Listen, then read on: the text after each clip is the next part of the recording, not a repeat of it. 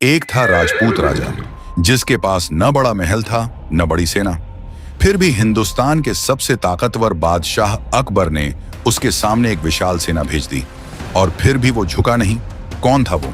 वो थे महाराणा प्रताप। महाराणा प्रताप का जन्म 1540 में मेवाड़ के कुंभलगढ़ किले में हुआ था। उनके पिता थे महाराणा उदय सिंह और माता थीं जयवंता बाई। बचपन से ही प्रताप को घुड़सवारी और तलवारबाजी का बहुत शौक था, लेकिन मेवाड़ की गद्दी उन्हें आसानी से नहीं मिली। उस समय मेवाड़ राजस्थान का एक बेहद स्वाभिमानी राज्य था।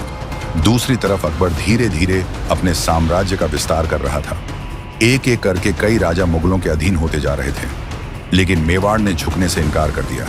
यहीं से महाराणा प्रताप और अकबर के बीच टकराव की शुरुआत हुई। सोचिए, अकबर ने प्रताप को अपने साथ मिलाने के लिए कई राजदूत और बड़े राजपूत शासक भेजे। क्या महाराणा प्रताप मुगलों की अधीनता स्वीकार कर लेते? नहीं, प्रताप अपने निर्णय पर अडिग रहे। अकबर की ओर से महाराणा प्रताप के पास समझौते के कई प्रयास हुए।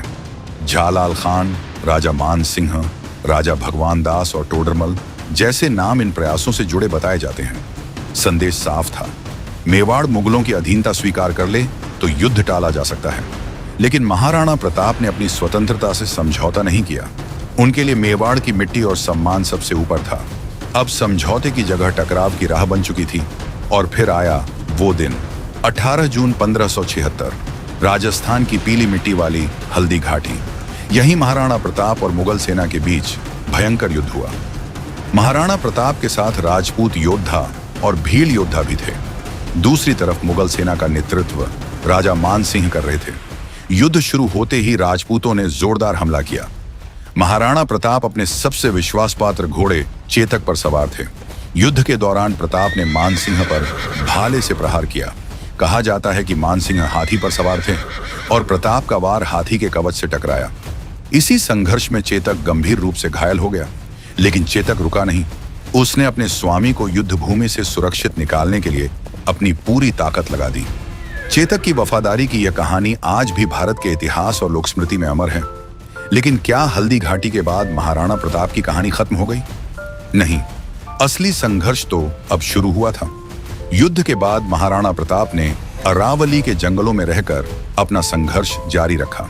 मुश्किलें बहुत थीं, संसाधन कम थे, लेकिन स्वतंत्रता छोड़ने का सवाल ही नहीं था। लोकप्रिय कथा के अनुसार एक समय उनके परिवार को घास की रोटी तक खानी पड़ी। एक दिन उनके बच्चों के लिए बनाई गई रोटी एक जंगली जानवर उठा ले गया। यह देखकर प्रताप बेहद दुखी हुए।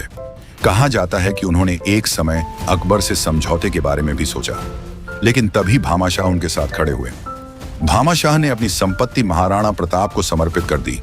उनके सहयोग ने प्रताप को फिर से सेना संगठित करने में मदद दी और मेवाड़ की लड़ाई फिर से शुरू हुई। महाराणा प्रताप ने हार नहीं मानी। उन्होंने धीरे धीरे अपनी शक्ति दोबारा संगठित की और मेवाड़ के कई क्षेत्रों पर फिर से अपना प्रभाव स्थापित किया। अकबर अपने जीवन काल में महाराणा प्रताप को पूरी तरह अपने अधीन नहीं कर सका।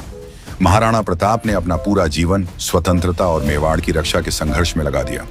19 जनवरी 1597 को चावंड में उनका निधन हुआ।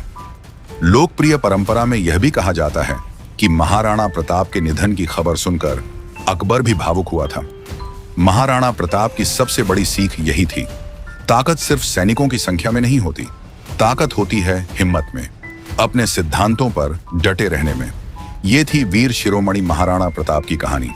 अगर आपको लगता है कि ऐसी वीर गाथाएं हर भारतीय तक पहुंचनी चाहिए, तो वीर विरासत को सब्सक्राइब जरूर करें और बताइए अगली कहानी किस वीर की हो, तिलका मांझी या रानी पद्मिनी?